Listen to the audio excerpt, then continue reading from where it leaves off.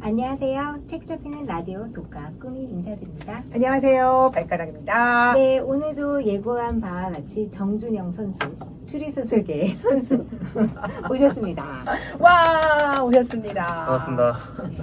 예정대로 저희가 인간의 얼굴은 먹기 힘들다 라는 책을 읽고 왔어요. 네. 그냥 지난- 책 얘기를 그냥 시작해볼까요? 오프닝으로. 네네. 아니, 이게 호불호가 있다 걱정을 하더라고요. 그렇죠. 어. 아무래도 이게 이런 소설을 읽었어. 제목이 뭔데? 인간의 얼굴을 먹기 힘들다. 그러면 이게 왜 얼마나 좋은 소설인지 제가 제대로 해명하지 않으면 정신 이상자로 딱 오인받기 때문에. 정신 이상자. 네, 어. 사실 대부분의 추리 소설 제목들이 무시무시한 것들이 많은데 얘는 특히 또 무시무시하다 보니까 뭘 인간의 얼굴이 뭐 어쩌고 저쩌지? 아니, 무시무시한 것도 요 제목이 뭐가 있어요? 일단 기본적으로 뭐 비극, 살인, 네, 뭐 그런 게 워낙 유령 많으니까. 뭐도 있고. 예. 가위손. 발가락은 네. 어땠어요? 이 책의 제목을 뭐 얽힌 에피였어요? 인간의 얼굴 먹깁니다. 제목이요. 제가 항상 책을 뭔가 이제 빌려오거나 새로 이제 읽을 책 식탁에 올려놔요. 밥 먹는 식탁에. 왜냐면 거기 왔다 갔다 하면서 보통 이제 그래서 다른 책 같은 거 아까 뭐 유령이다 제목이 그러면은 이번엔 유령이 읽나봐 이렇게 한 번씩 이렇게 하고 작가 뭐야 어느 나라 이렇게 사람들이 이제 왔다 갔다 하면서 이런 반응이거든요. 근데 사실은 이 책은 아무도 관심이 없더라고요. 말을 안 해요? 왜? 인간의 얼굴 먹기 힘들다. 이제 이게 글씨를 이렇게 소리내서 읽는 게 아니고 그냥 눈으로 쓱 보잖아요. 쓱 보더니 가버리더라고요. 노 코멘트. 중고딩이 약간 느낌이 이랬어요. 제가 보기엔 느낌이 별걸 다 읽는다. 저는 약간 이런 느낌이었어요. 나름대로 몰카를 해요. 지하철 전동차 안에서 좀 재밌는 책 제목이잖아요. 그래서 이렇게 읽고 있을 때 맞은편 사람들의 표정 아니면 내 앞에 있는 사람들 서 있는 사람의 표정 이런 걸 좀 보거든요. 그러니까 예를 들어서 예전에 송찬호 그 저자가 쓴 남자가 왜 이렇게 이상해졌을까? 뭐 이런 책 읽을 때는 남자들이 왜 저런 책을 읽나 나를 이렇게 본다거나 그 다음에 뭐 여러 가지 재밌는 책들이 우리 많았잖아요. 근데 이 책을 또 역시 제가 약간 실험 카메라처럼 했더니 되게 호기심 많은 얼굴들이더라고요. 흔치 않죠. 제목이 이런 식으로 제목을 짓는다. 이게 호감인가 봐요. 이 책의 제목. 호감이다. 오히려 그리고 이목을 딱 집중시켜 주세요. 그리고 제가 그 연구실에 있는 김미연 제 석사과정이 항상 제가 읽는 책을 알거든요. 이 책을 보더니 이거 채식주의에 관련 책이냐고 왜냐하면 그 친구는 채식주의자거든요. 그래서 이거 채식주의에 관련된 책 아니냐고. 근데 아주 헛다리를 짚지는 않으셨네요. 또 그분이. 그러니까. 네. 육식주의자의 책이고 채식주의자의 책이기 때문에 그래서 이 책 제목 하나로도 참 재밌는 스토리 이야기를 얻을 수 있는 일주일이었어요. 저는. 요즘 다들 읽어오시느라 굉장히 수고 많으셨고요. 그리고 또 에피소드가 있는 게 저 PD님이랑 저랑 같은 학교를 다니잖아요. 그러니까 안 좋은 점이 내가 딱 빌리려고 하고 있는데 분명히 어제까지는 검색해서 떴는데 가능하다고 대출 했는데 가능. 오늘 아침에 보니까 대출 중이에요. 대출 중. 그래서 제가 단톡방에 보냈잖아요. 혹시 승혜 PD님이 불리셨나 했더니 네 해봐 그래가지고 정독도서관에 빌리러 갔더니 또 정독도서관 수요일 날 쉬는 날이에요. 쉬는 날이거든요. 그런 에피소드가 있습니다. 네. 자질구레한 에피소드. 그럼 우리 피디님 얘기를 안 들어볼 수가 없네. 언급이 됐기 때문에. 어떠셨어요? 되게 재밌게 읽었어요. 근데 주변 반응 없었어요? 주변 반응은 저는 제가 우선 좀 상대방이 좀 볼까봐 좀 무섭더라고요. 저를 오해할까 볼까봐 가리고 봤다. 가리고. 제 책깔. 이러고. 저런 책을 읽지 이런 생각이 성공을 할까봐 사실 저도 교교를 하면서 원래 교교하는데 거기서 읽는데 이 책은 좀 조심스러운 걸 꺼내놓기가 왜냐면 막 선생님들이 저 오해하실까봐 그래가지고 우선 그건 집에서 혼자 집에서. 사실 좀 안타까운 일이죠. 책이라는 게 원래 약간 좀 디자인이나 인테리어나 좀 때로는 뭐 과시용 수단으로 어떻게 딱 이렇게 딱 놔야 되는데 그러기에는 약간 조금 눈치가 보일 수밖에 없는 제목이라는 점. 어쨌든 다시 한번 사과드리고요. 아니 저는 약간 네네. 위선적인 캐릭터와 세상의 인간의 종류가 위선적인 캐릭터와 위악적인 캐릭터 두 개가 있다면 저는 위악을 선택하는 스타일이에요. 그러니까 이렇게 내가 좋아 보이고 막 뭔가 있어 보이고 이런 거보다 되게 없어 보이고 못돼 보이고 막 이상한 거 읽고 이런 걸 약간 즐기는 타입이라 저는 오히려 이런 책을 막 꺼내놓고 읽는 걸 즐겼어요. 여기서 성격 다 드러나는 거구나. 다 드러나는 거구나. 나 이상한 책 읽는다 이런 거. 이런 걸로 성격 네. 테스트해도 되겠다. 그래서 되게 그 주변 사람들의 반응을 즐겼는데 또 그러니까. 이제 다른 분들은 피디님 완전 정반대니까 이거 뭐 그렇군요. MBTI 뭐 이런 거 조사할 MBTI 때 조사할 때 항목에 하나 넣어야겠다. 넣어야겠다. 제목이 남들한테 보여주기 싫은 책이 있다. 인간의 얼굴은 먹기 힘들어야 될 책을 읽을 때 어떻게 하시겠습니까? 오픈된 공간에서 볼 수 있다 없다. 그 정준영 선수는 어때요? 음. 이런 책 읽을 때 좀 남이 나 어떻게 볼까? 이런 거 좀 신경 쓰나요? 이런 거를 신경을 안 쓸 수가 없는데요. 근데 저는 좀 기억나는 에피소드가 이 책에 관련된 에피소드라기보다는 근데 제가 이제 옛날에 군대에 있었을 때 이제 휴가를 나오고 다시 이제 복귀를 할 때 이제 추리소설 좋아하니까 많이 이제 부대에서도 읽으려고 갖고 들어가면 한 권에서 두 권 정도는 꼭 못 갖고 들어가요. 왜냐하면 그 제목에 뭐 살인이 들어간다는 이유로 좀 꽉 막힌 사람이었는데 제가 아니 그게 살인범 잡는 내용인데 그냥 그 살인의 책 제목이 있고 또 어떤 좀 정신 이상한 애가 이 제목을 본 것만으로도 되게 나쁜 마음을 품을 수 있다. 뭐 살인의 추억 이런 거. 예, 딱 그거예요. 딱 아주 단순한 논리였어요. 그래서 갖고 못 들어갔고 나중에 제가 휴가를 나올 때 다시 이제 돌려받을 수 있었죠. 근데 사실 이게 제목이 줄 수 있는 어떤 유리한 지점이 있죠. 책이라는 게 책 표지만 보고도 책을 읽을 수 있잖아요. 근데 그렇죠. 그러면서 되게 불리한 지점도 있고 이건 정말 무시할 수 없는 부분이구나. 야, 그러네 진짜. 군대가 그렇구나. 군대가 이런 공격성을 또 이렇게 유발할 수 있는 또 책은 또 막는 검열 시스템이. 아니 제목으로 막는 얘기 처음 들었어요. 내용이 뭐 반사회적이거나 뭐 이런 거는 할 수 있지만 그 장면은 아니, 개인적으로 먹기 되게 힘드는데 왜 좋아하는 반사회적이야? 먹고 그러니까. 싶다가 반사회적이지. 먹다. 그치 인간의 얼굴은 먹고 싶다. 거기까지 이게 안 읽은 반사회적이지. 거 안 읽은 거지. 먹기 힘들다는 먹까지만 괜찮지. 먹까지만. 진짜 이건 사회적이야. 친사회적인. 네. 어떤 내용인지 정말 궁금해하실 것 같은데 바로 책 이야기로 들어가 보겠습니다. 예. 네.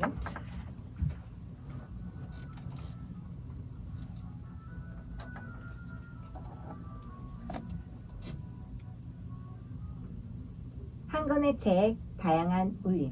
오늘의 독감은 인간의 얼굴은 먹기 힘들다입니다. 시라이 도모유키라는 작가가 쓰셨습니다. 네. 자, 이 책에 대해서 뭐 코멘트 누구라도 해볼까요? 코멘트요? 갑자기 무슨 아니 코멘트를? 소개.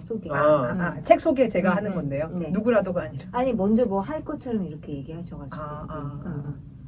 제가 할까요? 네. 이 책은 이제 이 시라이 토모유키라는 작가의 데뷔작이고요. 원래 이제 요코미조 세이조 미스터리 뭐 대상에 출품을 했었는데 최종 후보작까지 올라갔지만 다행이 아니라 안타깝게도 이제 수상은 불발합니다. 근데 그중 몇몇 이제 심사를 했던 몇몇 작가들이 정말 절대적인 지지를 해서 이건 꼭 나와야 된다. 꼭 세상의 빛을 봐야 한다 해서 결국 이제 세상의 빛을 봤는데 반응은 되게 좋았고 그 이후로 굉장히 이 작가는 되게 정력적인 작품 활동을 이어가고 있죠. 그게 여기 뒤에 해설에 좀 나와 있더라고요. 네, 그렇죠. 미치오 슈스케라는 분이 미치오 슈스케랑 여기 이제 여기 작가 소개란에 보면 아리스가와 아리스라고 하는데 이 사람들도 굉장히 좋아하고 아마 아시는 분들은 아실 거예요. 되게 몇몇 좋은 작품을 많이 쓰셨고 아마 이 두 작가가 지지를 했다는 것만으로도 읽을 사람이 있지 않을까 싶을 정도로. 그러니까. 그러니까 진짜 전문가가 봤을 땐 이건 도태될 수 없는 보물이야. 보물 알아보죠. 그래서 상은 줄 수는 없지만 왜냐면 과반수를 차지해야 되기 때문에. 네, 그건 네, 근데 출판은 꼭 해야 된다. 이렇게 주장해서 출판해야 된다는. 나는 이해가 가. 이게 수상하기에는 뭔가 보편성이 좀 떨어지지만 맞아요. 매력이 있는 거죠. 이 작품은 제가 아마 올해 읽은 책 중에서는 뭐 아직 3개월이나 남았지만 아마 제 마음속에서는 베스트 원이 될 것 같아요. 저한테는 그렇다는 거고, 그러니까 약간 좀 개인적으로 되게 딱 꽂히는, 그러니까 취향 저격인 부분이 있었지만 객관적으로 봤을 때는 좀 단점도 있고 무리수도 있고 뭐 그런 부분도 있어요. 그래서 제가 이게 제목도 그렇고 소재도 그렇지만 선뜻 이게 덮어놓고 추천할 만한 책은 아니라고 그러니까 봅니다. 믿는 사람만 추천하는 거야, 우리처럼. 네. 믿는 사람. 믿는 사람, 네. 믿어주는 사람. 그쵸? 네. 발가락 책 소개 그럼 네, 위해서 책 해주세요. 소개할까요? 네. 2014년 일본에서 출간된 책인데요. 코로나 바이러스 얘기가 나와요. 그래서 네. 예언서 같아요. 네, 네. 책이 그렇습니다. 코로나 바이러스 예언한 거 아니야? 약간 이런 느낌을 줄 수 있는 책입니다. 맞아요. 인간의 클론을 사육해서 먹을거리로 만든 그런 책인데요. 시라이 도모유키의 치열한 미스터리는 물론 윤리, 혐오를 과감히 다룬 책입니다. 그렇습니다. 시라이 도모유키. 나이가 너무 어려가지고 깜짝 놀랐어요. 네. 인생을 다 아실 것 같은 분인데 90년생이시고요. 치바현 출생이에요. 지난번에 우리 사신 치바를 그렇죠. 읽었는데 공교롭네요. 되게 이분이 공교롭네요. 치바현이고 또 심지어- 사신 치바인데 도호코 대학에 같은 대학 나오셨어요. 사신 치바 그 작가님이랑. 그래서 저희가 이번 주에 읽은 건가요? 네, 그렇습니다. 저 공교로워요. 공교롭습니다. 공교롭습니다. 네. 그래서 이게 제 34회 여기 같은 내용이 다 적혀져 있군요. 네네. 그래서 이 작가가 어떻게 생겼는지 제가 구글링을 못했네요. 어떻게 왜? 생겼어요? 얼굴. 항상 구글링을 내가 아. 해갖고 오는데 못 해갖고 왔네요. 네, 어떤 작가인지 좀 소개 좀 해주세요. 어떤 작가인가요? 어떻게 생긴 작가인지. 생김새 저도 안 해봤어요? 왜냐면 어. 이 신비주의를 저는 가급적 좀 지지를 하는 사람이라서 네네. 또 봤을 때 좀 약간 제가 상상한 이미지를 최대한 깨고 싶지 않은 그게 있어가지고 네네. 근데 저는 약간 좀 다른 얘기를 하고 싶은데 제가 만약 이 소설을 읽고 이 작가의 다른 작품도 읽고 싶은데 과연 더 소개될까? 이 책이 흥행할지도 모르겠고 다른 책은 또 다른 책도 더 이상하면 어쩌지? 약간 못 읽으면 어쩌지? 라고 생각했는데 다행히 이 작품 전에 그리고 아무도 죽지 않았다라는 소설이 출간됐더라고요. 여기 네. 뒤에. 2019년에 출간된 네. 그리고 아무도 죽지 않았다. 그러니까 이게 저는 약간 좀 되게 낙관적으로 볼 만한 게 그러니까 이미 2권이 출간됐다는 건 앞으로도 더 출간될 여지가 있다고 여겨졌거든요. 이게 아마 처음 국내에 소개됐다면 과연 몇 명의 독자분들이 더 이게 보기로 할까? 이 책도 읽었어요? 그리고 아무도 죽지 않았다? 아니요, 아직이요. 근데 아직? 굉장히 궁금하고요. 딱 그리고 아무도 없었다에 딱 그 오마주잖아요. 그러니까. 아가사 크리스티. 네. 어떻게 또 비틀었을지 굉장히 그 내용도 그럴 것 같아요. 추리작가 5명이 외딴섬에 지어진 천성관의 네, 딱 무협자. 외딴 사람 딱 그거죠, 진짜. 이 책이 2020년 본격 미스테리 베스트 10의 5위에 차지했다고 여기 그리고 아무도 홈페이지에 죽지 않았다? 나와서 지금 일본에서 가장 주목받는 차세대 추리 소설 작가로 떠오르고 있다고 합니다. 네, 이런 표현들 있잖아요. 뭐 지금 일본에서 뭐 가장 주목받는 뭐 차세대, 뭐 기수, 뭐 올해 발견, 지금까지 본 적 없는 새로운 소설. 저는 이런 수식어를 어느 순간부터 참 뭔가 믿지 않았거든요. 그러니까 제가 추리 소설 이런 걸 좋아하고 읽기 시작한 지 10년이 넘었더라고요. 뭐 짧다면 짧지만 길다면 길잖아요. 완전 긴데. 근데 이제 저는 사실 그래서 이제는 기대할 수 있는 즐거움이 없다라고 생각했거든요. 이제는 뭐 얘가 뭐 어떻게 할지 뭐 파악이 되는 상황인데 뭘 만나도. 근데 이제 이 작품을 읽었을 때는 굉장히 많이 감탄을 했고 저는 기발하다. 정말 기발하다. 정말 기발할 뿐만 아니라 완성도가 있다. 이렇게 끝내다니. 그리고 정말 천재는 많구나. 이 세상은 정말 넓구나. 저도 요즘 슈퍼배드 보면서 그 생각하거든요. 짠 얘기해서 그렇지만 아, 예. 딴 네. 얘기예요, 너무. 그건 이제 아니 그걸 보면서도 세상에 이렇게 네. 젊은 애들이 이렇게 노력하는 사람이 많다는 이 구성원에 대해서 네. 정말 놀라고 있어요. 네. 근데 추리 작가 추리자. 아니에요. 어떤 아니에요. 계통에도 가능하다. 그런 그럼요. 어떤 네. 탄성은 가능하다. 네. 이렇게 우리가 알면 네. 되겠네요. 네. 그랬어요, 진짜로. 그럼 우리 이 책에 네. 대해서 한마디로 말해봐. 시간을 가져보겠습니다. 네. 네, 항상 우리 발가락부터 시작해보죠. 네. 제가 먼저 시작해 볼까요? 음. 밥을 먹고 읽다가는 문제가 될 수 있으나 밥을 제가 다시 할게요. 네네. 네. 말이 꼬였어요. 네네. 네. 밥을 먹고 읽다가 음. 디스커스팅하는 점으로 문제가 발생할 수 있으나 머릿속에는 팬데믹을 생각하게 되는 책입니다. 장르는 SF였어요. SF. 네. 아, 맞아요. 네. SF 추리 소설이에요. 저는 인간의 얼굴은 먹기 힘들다. 이 책을 읽고 과연 내가 고기를 먹을 수 있을까? 나 고기를 못 먹게 되지 않을까? 왜냐면 제가 옥자를 보고 고기를 네. 못 먹었거든요. 한 달 이상 못 먹었거든요. 한 달이나 못 먹었어요. 네. 저도 못 비슷했어요. 먹었어요. 네. 한 달이나? 네. 그런데 이 책은 추리 소설의 묘미로 양념을 버무려서 나의 그런 걱정을 없애줬다. 고기를 먹을 수 거기까지 안 있다. 갔다. 거기까지 안 갔다. 이 책은 고기를 먹을 수 있을 정도의 디스커스팅이었습니다. 왜냐면 이야기에 빠져서 그런 어떤 사회적 규범 그런 것들에 대한 고민보다 그런 어떤 트릭 이런 것에 더 많이 몰입할 수 있게 해주는 책이었습니다. 저 사실 읽고 나서는 밥을 먹을 수 있었어요. 근데 밥을 먹은 게 소화는 안 되더라고요. 밥은 먹지 그러니까 않았어요, 저는. 식 전에 먹어야 되는. 식 그러니까 전에 읽어야 되는. 식 전에 읽어야 돼요. 식 후에 읽기는 조금 힘들어요.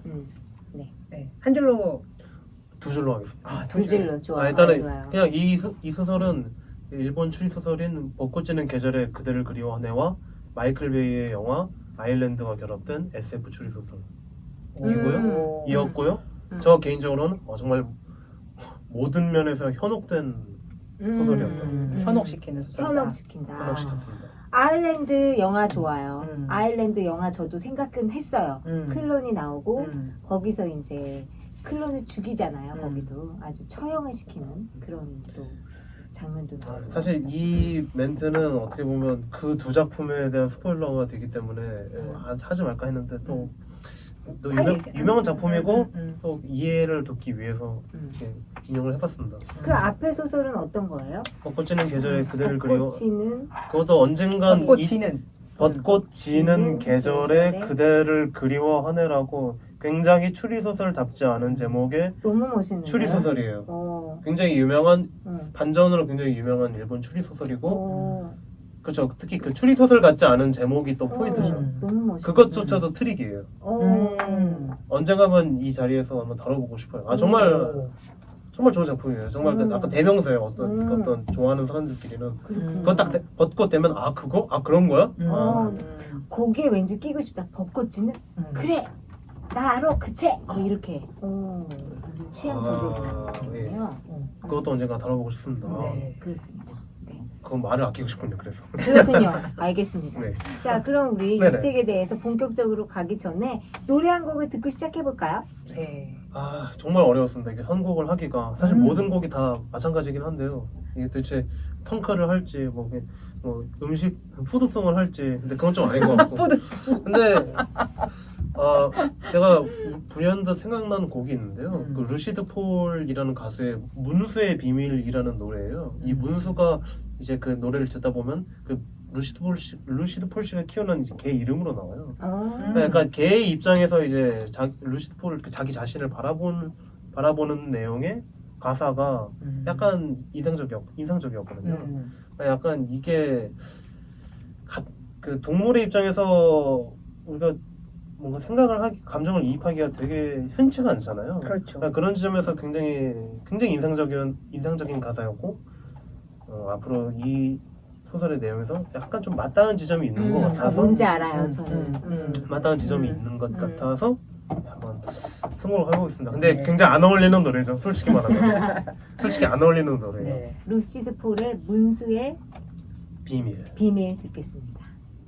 아, 네. 영혼이 맑아지는 노래네요. 산책이랑 감수성은 안 맞네요. 그죠? 너무 착한 노래를 약간 균형을 맞추기 위해서. 언밸런스로 우리 그러니까 노래만 딱 들으면 전혀 무슨 책을 읽는지 상상도 할 수 없는 맞습니다. 그런 노래였습니다. 이렇게 반대로 가니까 또 재밌네요. 대비돼서. 아, 네. 그죠? 감사합니다. 다른 생각을 하게 하는. 네. 정화가 됐어요. 말씀해 주셔서 감사합니다. 그렇게. 그런 의도로 선별하신 거죠, 노래? 아, 그렇죠. 없지 않아 있었죠. 네. 자, 그럼 우리 그 인간의 얼굴은 먹기 힘들다. 챕터 1.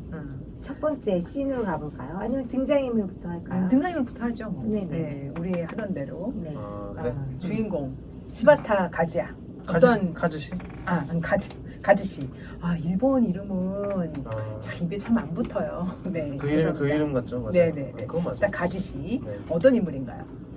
어쩌면 누명을 쓰는 인물이잖아요. 이 작품에서. 근데 누명을 써도 참 쌤통이다 싶을 만큼 되게 비호감인 네, 인물. 일단 어느 회사에 다니는지 좀 그런 아, 네. 아웃라인. 아웃라인을 아웃라인. 좀 알려줄 수 있으면 좋죠.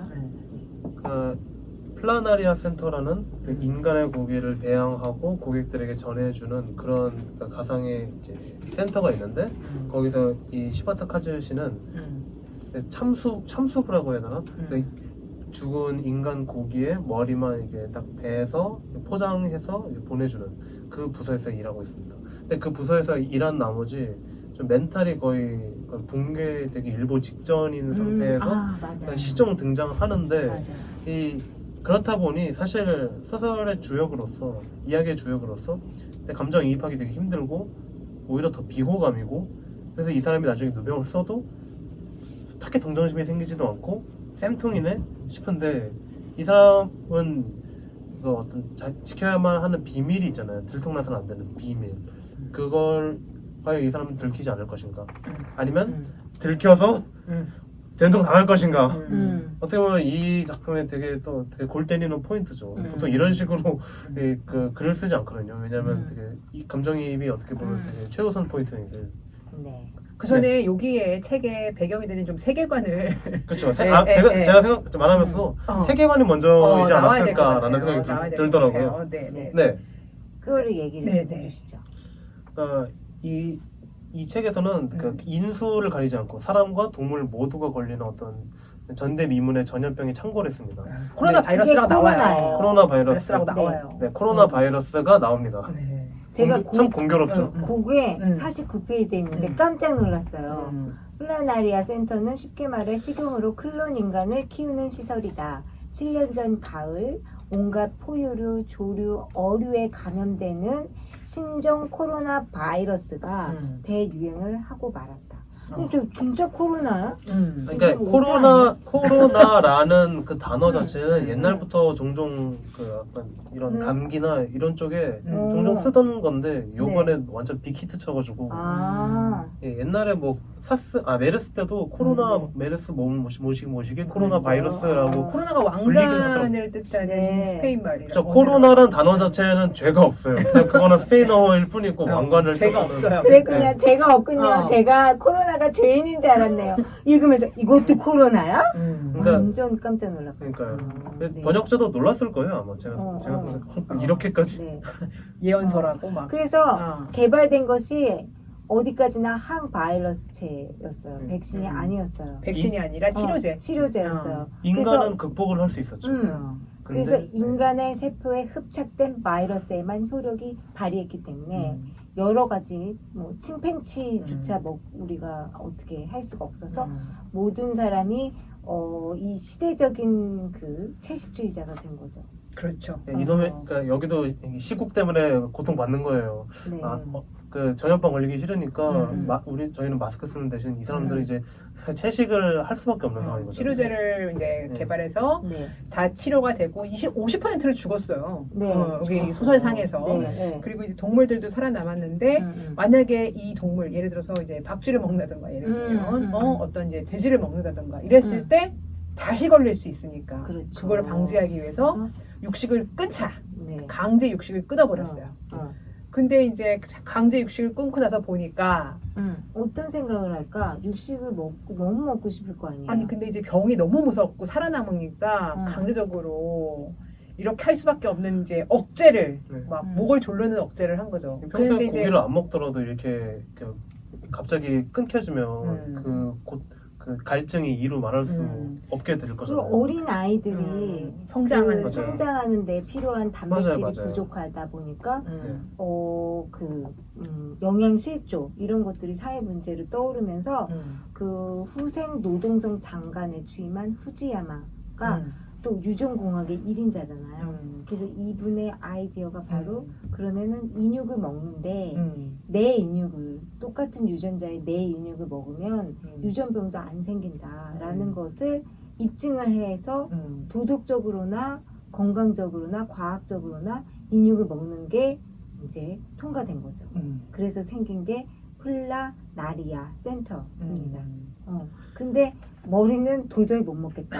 그래서 머리치는 직업군이 생긴 거예요. 그래서 이 우리가 지금 얘기하는 시바타 가짓이라는 직원이 네. 그 머리를 자르는 네네. 역할. 그렇게 연결. 이게 아주 연결이 앞쪽에 확 되네요. 나오는데 도저히 막 음, 약간 속이 거북해지는 맞아요. 그런 이 소설이 거였습니다. 어떻게 보면 되게 진짜 대단한 부분이 음. 식인을 하는 장면은 없어요. 없는데 정말 배 터지게 한번 고기를 한번 구워 먹는 나를 꿈꾸며 이게 인간을 기르는 장면이라던가 인간을 정말 식재료로만 아무리 클론이라지만 식재료로만 바라보는 그 어떤 그 모습이 소름 저는 끼치더라고요. 좀 되게 필력이 대단한 게 네네. 우리가 멋진 신세계의 앞장면 인간이 어떻게 인간을 생산시키고 이런 것들에 대한 네네. 묘사가 헉슬리스럽게 아주 잘 들어갔어요. 음. 문학적으로도 아주 손색이 없고 그리고 드라이한 필체가 네 맞아요. 그 어떤 내가 마치 하얀 가운을 입은 느낌의 독자로한테 하얀 가운을 이렇게 나눠줘서 입힌 느낌의 이런 그런 느낌의 그런 문체가 참 좋더라고요. 네. 그리고 저는 여기 이제 정리 부분이잖아요. 51쪽에 보면 이제 대중의 지지를 점차 얻게 되었다. 그러면서 왜 얻게 됐는지를 아주 논리적으로 논리적으로 설명하고 있어요. 나도 정말 다 설득당했다. 그러니까. 정말 그렇죠. 그거를 우리 조금씩 같이 읽어볼까요? 네네. 까만 글씨부터. 네네. 정준영 선수가 먼저 읽어봐요. 네. 인간이 인간을 먹는 것은 만행이다. 도덕관념에 반한다. 아니다. 동족을 잡아먹는 것은 자연계에서는 드문 일이 아니다. 곰, 상어, 닭, 그리고 침팬지까지 동족을 잡아먹는 동물은 1,500종에 이른다. 하찮은 자존심을 고집하기보다는 인류의 존속을 우선해야 한다. make sense. 이죠. 네, 말 되네. 네.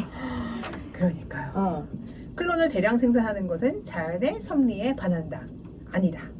불가사리와 산호 그리고 플라나리아 등 무성생식을 하는 요건에 자신의 분신을 만드는 능력을 지닌 생물은 수없이 존재한다.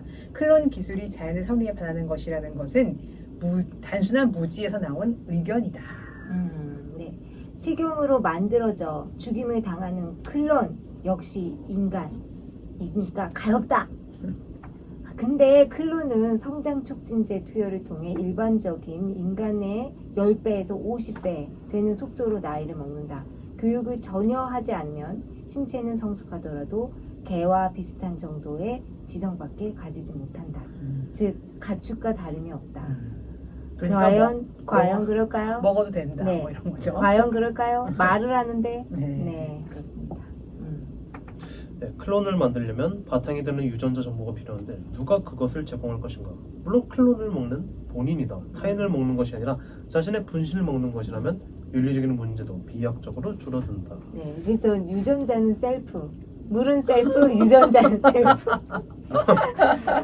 좀 웃기려고 네. 준비한 멘트예요. 예. 웃겼어요. 네. 식인을 하면 프라이온 병에 걸릴 위험이 있다. 파푸아 뉴기니의 포레족처럼 식인 때문에 프라이온 병이 발생한 케이스는 분명 존재한다. 하지만 자신의 클론을 먹는 경우 악성 단백질이 축적될 가능성은 거의 없다. 애초에 식인을 강제하는 것이 아니기에 병이 걱정되면 먹지 않으면 된다. 단지 그뿐이다. 병이 무서우면 먹지 말라 이거야. 맞아요. 네. 그리고 이제 플라나리아 센터를 만들어도 경기가 좋아질 것이라고는 단정할 수 없다. 경제의 문제가 아니라 국민의 목숨에 관한 문제다. 어린이들이 영양실조로 죽어가는 이 마당에 경기 예측 따위는 의미가 없다. 참 진짜 정치가 닿네요. 네, 진짜 정치가. 미래 아이. 그쵸. 정말. 미래 아이. 이건 이거 정말 너네한테 불행이 올 거야. 그치. 정말 거부할 수 없죠 이거 정말. 어. 자, 해외에서의 엄청난 비난이 예상된다. 내정 불간섭은 국제사회 상식이다. 일본이 민주적으로 정한 정책을 외국이 비난하는 것은 그야말로 도리에 어긋난다. 오히려 새로운 일본 문화로 세계에 내세울 정도의 기계를 가질 필요가 있다. 네, 그런 정치인답네요. 이것도 어떤 네. 미래의 어떤 기계. 네. 그래서 후지야마 히롬이라는 분이 이제 요 배양조까지 만들어가지고 이제 정자와 난자만 채취를 해서 아니 정자와 난자도 아니죠. 그냥 체세포로. 네, 그쵸? 맞아요. 배양조에다 배양하면 된다. 자, 아메바. 아메바처럼. 하면 된다. 네. 그래서 네. 배양조를 이제 특수 개발한 거죠. 네. 근데 저는 후지야마 히로미 이 사람이 진짜 주인공이잖아요. 근데 그렇죠. 좀 매력적이었어요, 이 캐릭터가. 맞아요. 이상하게 매력적이더라고요. 그 나중에 왜 그러지? 주인공을 추궁하는 장면도 음. 대놓고 자기 뭐 지위를 이용한다거나 하는 게 아니라 굉장히 논리적으로 이런 거 같은데 슬슬 거짓말 그만하는 게 어떻겠나 약간 이런 식으로 상대를 진짜 정말 안 했는데도 나 진짜 한 거 아니야 싶을 정도로 굉장히 잘 구슬리는. 근데 이게 그 어떻게 보면 되게 고위 공직자인데 네. 그 어떻게 보면 일개에 우리 가즈씨의 말을 끝까지 또 다 들어줘요. 네 맞아요. 뭐 보통 정치인들은 그만 말해 내 말 들어 이럴 텐데 이 사람은 끝까지 다 듣고 그건 왜 이러면서 서로 이렇게 진행을 해요. 근데 MC야 약간 MC. 네, MC 눈구렁이 갖고 이상한 매력이 있더라고요. 그래서 어떤 배우를 캐스팅하겠어요? 저요? 어머 또 생각을 안 해봤네요. 한석규? 오 괜찮다. 어. 저는 조진웅 막 이렇게 생각하고 있었거든요. 아 조진웅 약간 체격이 좀 있을 것 같아가지고 왜 네네. 중간에 보면 이 사람에 대한 그런 외모 같은 게 나왔는데 약간 조진웅이 조진웅도 어울리네요. 약간 살이 좀 있었을 때 살 뺐을 때 말고 네. 생각해봤었어요. 네. 어울려요. 어울려요? 네. 그렇습니다. 저만 약간 좀 호감형으로 읽은 거 아니죠? 아니에요. 사실 호감을 가질 수 있는 인물은 아닌데요. 그리고 또 대외적으로는 또 이 사람이 살인 용의자가 된 적도 있었으니까 그런 부분에서 좀 되게 본받을 만한 인물은 아닌데 여러모로 또 작중에서 한 짓을 또 보면 어떻게 보면 자기 권력을 이용해가지고 뭔가 했잖아요. 뭔 짓을 벌였잖아요. 네. 어쨌든 그렇죠. 네. 그런 다음에 이제 두 분 얘기했으니까 가와우치 이노리를 얘기해야 되지 않을까요? 아 진짜 이 여자 때문에 힘들었어요 책 읽기가. 맞아요. 그래 저 앞에 다시 읽었잖아요.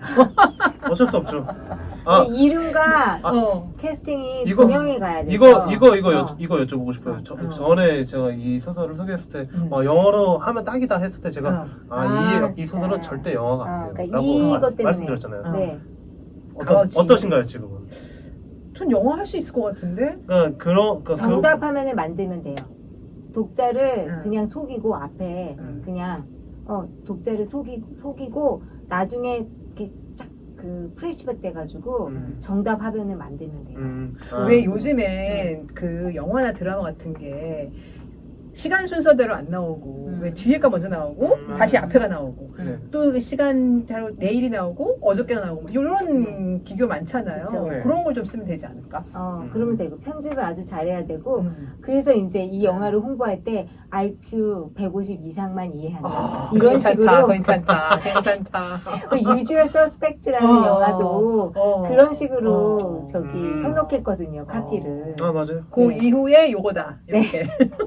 이 여자가 1인 2역을 이제 해야 되고 게다가 이제 이름을 바꿔가면서 또 하고 알고 보면은 가즈씨를 만난 게 아니라 또 다른 가즈씨를 만난 거고 이런 것들이 뒤에 다 전도연 어때요? 전도연. 그렇게 전도연 괜찮죠. 나이가 좀 근데 나이가 너무 많네요. 근데. 너무 많아요? 네. 근데 커버가 안 돼요. 요즘 젊은 배우 중에서 요걸 커버할 수 있는 인물이 잘 안 떠올라가지고 너무 옛날 사람인가 봐요. 피도 눈물도 없이의 그 전도연이라면 가능해요. 네. 괜찮아요. 어떤 사람인지 얘기 안 했어요. 가와우치 이노리. 출장 마사지 업소에서 일하는 여자. 클론 인간 제작 반대 운동에 참여 중인 여성입니다. 이분이 오히려 여러 개의 인격을 가지신 분 같아요. 네. 이 이제 읽다 보면 가지 씨가 뭐 여러 개의 인격을 가졌다 뭐 이런 말이 자꾸 나오는데 오히려 이도리가 좀 그쪽 아닐까 읽다 보면.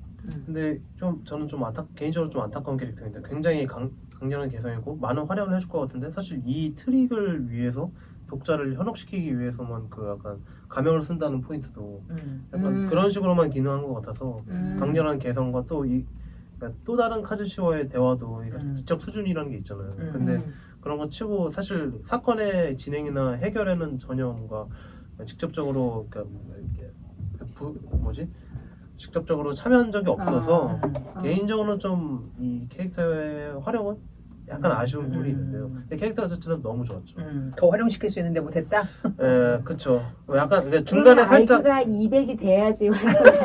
나는 지금도 힘들어요. 아니, 그러니까요. 중간에 살짝 그 진짜 가와우치 이도리가 그 추리를 함으로써 이 사람도 약간 탐정력으로 이 작품에서 활약을 하려나 했는데 사실 그 사람도 진짜 가와우치 이도리였고 이 사람 끝까지 이제 사건의 전말을 당연히 모를 수밖에 없죠. 사건에 애당초 참여한 적도 없으니까. 근데 정말 이 독자를 속이기 위해 작가가 정말 약간 좀 속이기 위해 넣은 캐릭터라서 가명을 쓴다든가 뭐 여러 설정들을 속이기 위해 넣은 인물은 이 사람 아닌가? 유시마 미키오 아닌가요? 그 사람은 약간 그러니까 첫 번째 낚시. 그러니까 네. 낚였잖아요. 거기. 첫 번째 미끼. 너무 대놓고 미끼라서 대놓고 미끼 낚여가지고. 대놓고 미끼고 이 사람은 완전 숨은 미끼. 네. 유시마 마키오는 유시마 미키오. 미키오군요. 유시마 미키오는 수수께끼의 금발 남자라고만 적혀 있는데 이 클론 배양 센터에서 같이 일하는 가즈시의 코워커입니다. 근데 순수한 탐정놀이 멈췄어요. 순수한 탐정놀이에 흠뻑 취한 관종.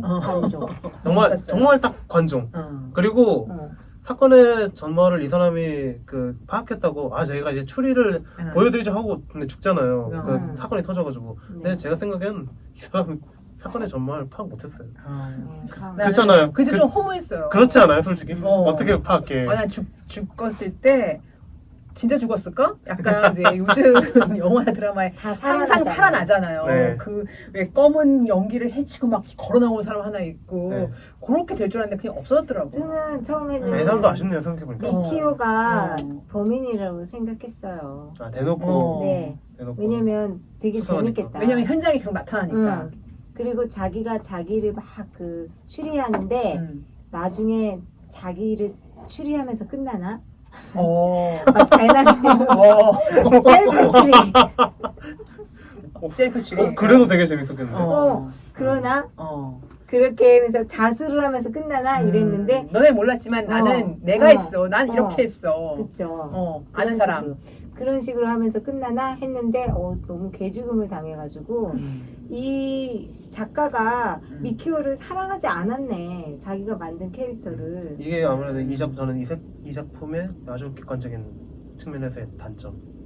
정말 밑도 끝도 없이 나오고 정말 밑도 끝도 없이 퇴장해가지고. 네, 맞아요.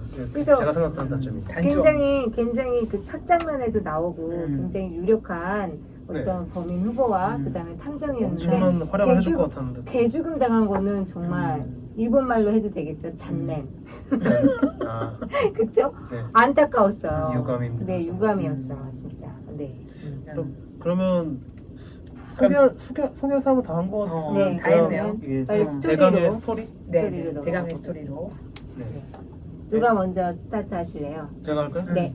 이 사람이 시바타 가즈시라는 사람이 시체 목을 인간 고기의 목을 자르면서 클론의 목을 자르면서 클론의 목을 자르면서 그런 일을 하잖아요. 어느 날 아까 후지야마 장관이 언급됐었는데 후지야마 장관이 이제 고기를 주문하고 클론은 고기가 도착했어요. 근데 클론이 그러니까 목이 떨어진 채로 왔어야 되는데 목을 아는 채로 온 거잖아요. 어떤 편지와 동봉된 채로 편지의 내용은 그렇게 인간 고기가 좋으면 뇌수도 함께 드셔보시는 건 어떠신지. 정말 아주 도발적이고 근데 사람들은 이거 도대체 어떻게 머리를 넣고 왜 이런 짓을 했고 누가 이런 짓을 했을까? 근데 아주 유력한 용의자로 시바타 카즈시가 포장했으니까. 네, 포장 당사자니까 그리고 심지어 기억하고 본인이 했다는 걸. 근데 이제 본인은 일단 이 사람의 말을 믿는다면 아니죠. 억울하죠. 그리고 잡혀가기는 싫으니까. 지금까지 해놓은 게 있으니까. 그래서 결정적인 증거는 없었어요. 맞아요. 그냥 결정적인 증거는 없었죠. 꽤 유력할 뿐. 그러니까. 맞아요. 그래서 이제 이 사건이 발생했지만 그냥 정직 상태로 집에 가 있어라. 네. 이런 식으로 마무리가 그냥 돼버렸습니다. 맞아요. 그냥 해프닝처럼.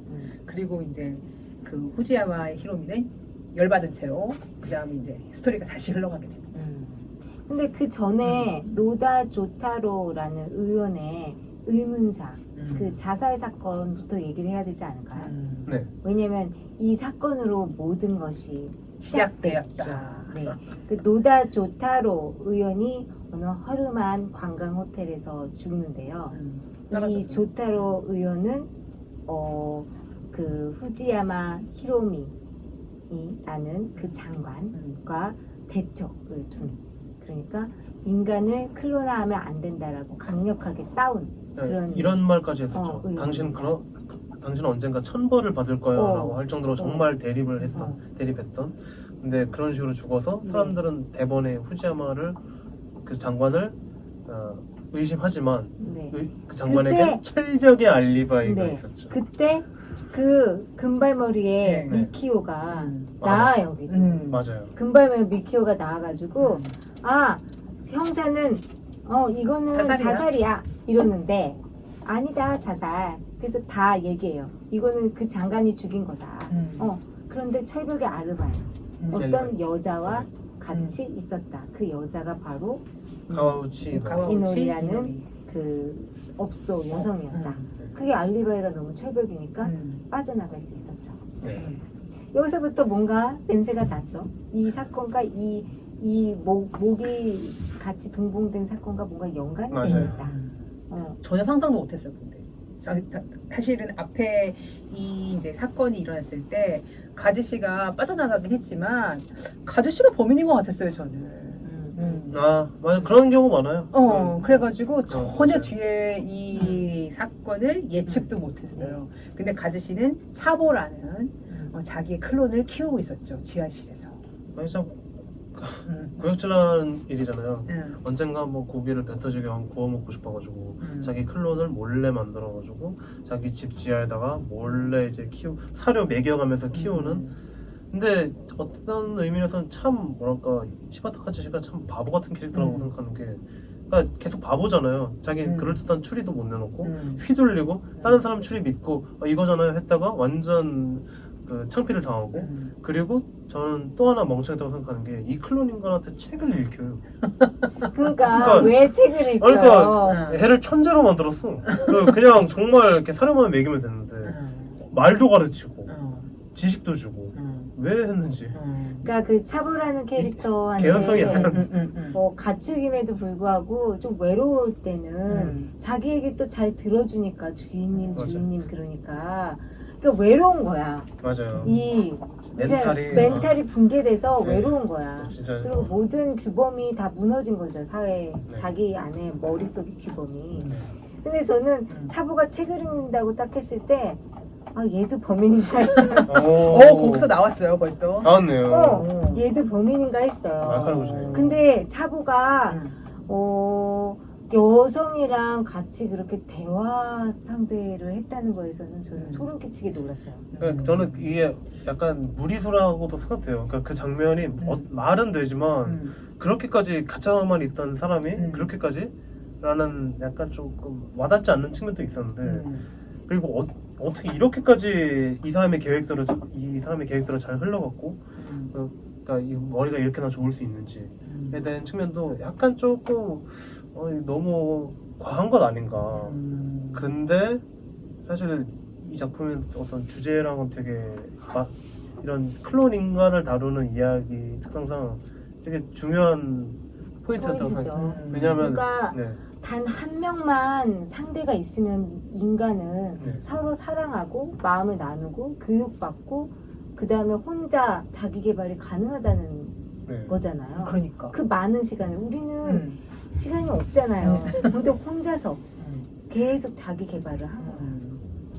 그쵸. 그러니까 이게 진짜 생명을 만든다는 게 정말 책임감 있게 해야 되는데 이 식용으로만 이게 솔직히 식용으로만 다룬다는 것도 좀 너무 아까웠거든요. 이 기술 자체가. 그쵸. 그리고 정말 책임감 없이 정말 아무런 생각 없이 예, 진짜 윤리를 넘어서니까 네. 정말 천벌을 받았다. 네. 이 작품에서 인류는 천벌을 받았고 클론한테는 광명이 비치고 있고 네, 이런 걸 느꼈습니다. 저는. 그쪽 차고가 나중에 네. 그 막 추리하는 장면에서 빠져들었어요. 막 그러니까. 그럼요. 대박이었어요. 진짜로. 왜냐면 저는 전혀 상상을 못했던 사람이기 때문에 네, 맞아요. 그 차보가 자기 추리로 가즈시를 어쨌든 감옥에 보내고 네. 자기가 이거를 다 계획을 하고 심지어 후지야마가 그 이미 존재하지 않고 걔도 클론이었다는 후지야마의 클론이었고 클론이었다는 거를 이제 얘기를 막 계속 이게 한 번에 쫙 나오는 게 아니라 조금 풀고 조금 풀고 조금씩 풀잖아요. 네. 감진하게. 감질나게. 네. 이것도 새로운 시도였던 것 같아. 네. 이게 진짜 그 의심하지, 그러니까 사실 차보를 보면서 근데 정말 잡아먹히지 않았으면 좋겠다 그냥 딱 이 정도 캐릭터였는데. 아니 잡아먹힌다는 건 당연히 안 되고 네. 그럴 줄 알았어. 그냥 나중에 이제 동등한 관계가 점점 되지 않을까 가즈씨랑 그런 정도지 가즈씨를 넘어설 거라는 거는 사실은 좀 상상 못했죠. 네, 이 작품 이렇게 시작이 되게 특이한, 근데 저 이 얘기를 좀 하고 싶었는데 되게 시작이 좀 특이한 게.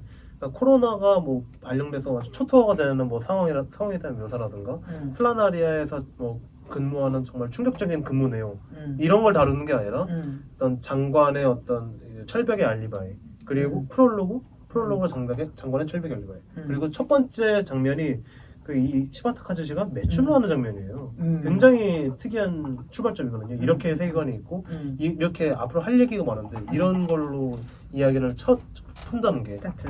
근데 이제 그조차도 완전 트릭이었잖아요. 이 사람이 이 시바타 카즈시와 저 시바타 카즈시가 동일 인물이라고 생각하게끔 만들어 놓는 그 어떤 정말 아주 교묘한 트릭이었다고 생각하거든요. 왜냐하면 끊임없이 그 얘기를 하자는 거죠. 네. 이 사람이 다중인격이다. 네, 다중인격이고. 다중인격이고 이거를 얘기를 해보면 다 안다. 근데 네. 이거를 그 이노리가 파악했다. 네. 대단하다. 막 이런 얘기를 하잖아요. 그러니까 가즈씨가 아니라고 믿을 수가 없었어. 네. 이거 어떻게 생각해도 이 사람이 다른 이름이다. 다른 인물이다. 이 사람이 혹시 클론이라니까 차볼까라는 의심을 어떻게 해요? 그렇죠. 그렇죠. 제가 게다가, 아까 현혹당했다는 게 바로 이런 부분이에요. 정말 의심을 할 수가 없어. 분명 아니, 그런 순간이 있었는데. 그 외모가 더 클론 가지시는 더 뚱뚱하다고. 완전 뚱뚱했을 거예요. 완전 뚱뚱했는데 뚱뚱하다는 표현이 없어요. 그러니까. 그쵸? 예, 맞아요. 뚱뚱하다는 표현이 있었으면 의심을 했을 텐데 뚱뚱하다는 표현이 없어서 그러니까 진짜 크다는 맞아요. 표현은 있었어요. 크다는 표현은 있었는데. 크다는 표현이 있었어요. 네. 열심히 읽으셨구나. 오면서 한번 읽었는데 네, 크다는 네. 표현을 한번 맞아요, 하더라고요. 맞아요. 그래서 그 여성과 정말 뭐 어떻게 보면 약간 사랑을 나눈, 그쵸? 마음을 나눈, 네, 맞아요. 우정은 나눴잖아요. 네, 그쵸? 맞아요. 네, 그런 존재가 클론이었다니. 그게 너무 놀라웠어요. 저는. 그러니까. 제일 놀라웠어요.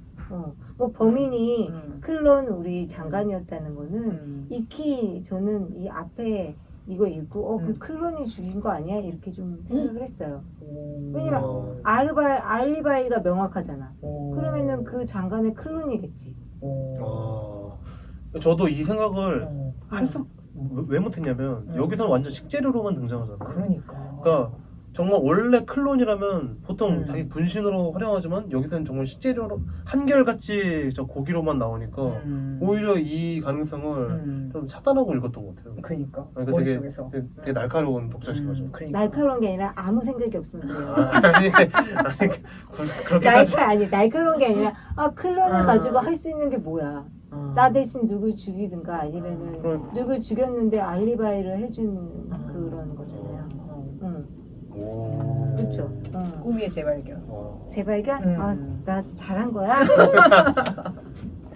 대단한 거야. 아, 대단한 거야? 아, 근데 아무튼 자작극인 거는 몰랐어요. 자작극인 건 몰랐고, 그 장관이 범인인 건 알았어요. 앞에 살인 사건에. 아, 네. 근데 그거를 그쵸. 그거는 무마하기 위해서 그 머리를 그 어디다 치울 수가 없어가지고 먹을 수가 없어서 그 머리가 잉여가 하나의 머리가 있잖아요. 네. 몸은 먹었는데 근데 그거를 치우기 위해서 이런 거대한 자작극을 벌였다는 거는 능률적이지 않다고 생각했어요.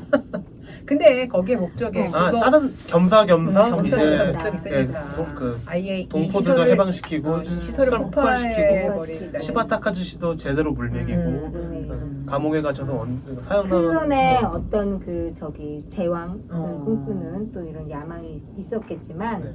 그렇죠. 네. 아, 이야기 별로 하지도 않았는데. 그러니까. 아, 그래요? 시간이 벌써. 네. 그래도 우리 이 책에서 좀 재밌는 문장 같은 거를 하나 읽어야지 좀 재밌을 것 같은데 저는 네, 어떤 부분이 좋아오셨어요? 저는 33페이지에 하즈시랑 이노리가 처음 만나서 아, 네네. 한 교도관이 쓴 책을 읽은 적이 있어요. 아, 나도 이제 좋았어요. 거기에 이런 말이 적혀 있었어요. 자신의 인간다운 감정을 정지시킬 수 있는 능력은 사회 어딘가에서는 반드시 계속해서 필요하다. 인간에게는 타인과 자신의 관계를 명백하게 정의하고 싶어하는 본능 같은 게 있죠. 상대가 자신보다 열등한가 뛰어난가, 열등한 것처럼 보이면 상대를 깔보고 공격하죠.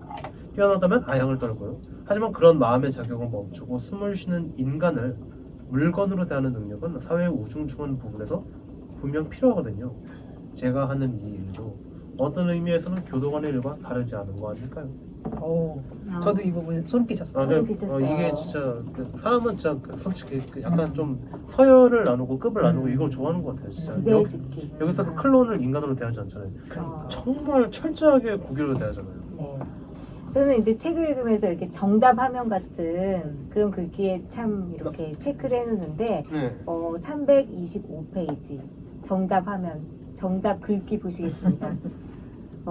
가즈시가 차보를 키운 것에는 인간의 고기를 먹어보고 싶다는 것 이상의 동기는 없었다. 하지만 후지야마는 달랐다. 그는 숙적을 죽일 수 있는 알리바이를 만들기 위해 자신의 클론을 키우기 시작한 것이다. 끓어오르는 사리와 냉철한 자기 보신의 마음이 살인을 위한 생명을 하나 만들어낸 것이리라. 그 엄청난 집념을 생각하자 가즈시는 몸의 떨림이 멈추지 않았다. 지금도 떨리네요. 떨리죠. 네. 그러니까 가즈시가 글을 잘 써. 기본적으로 이 사람이 글을 잘 쓰고 그 명확하게 독자를 이끌어주는 이런 리드 멘트들이 딱딱딱 나와서 내가 생각한 게 맞나 하면 이런 문장들이 딱딱딱 나오더라고요. 리드미컬하게 너무 좀 잘 쓴 글을 또 읽었습니다. 네. 네, 오늘도 우리 오싹한 추리소설 SF 추리소설 새로운 장르였어요. 네, 오늘 읽어봤습니다. 책 잡히는 라디오 독감 여기까지예요. 네, 모두 행복하세요. 안녕. 안녕하세요. 감사합니다.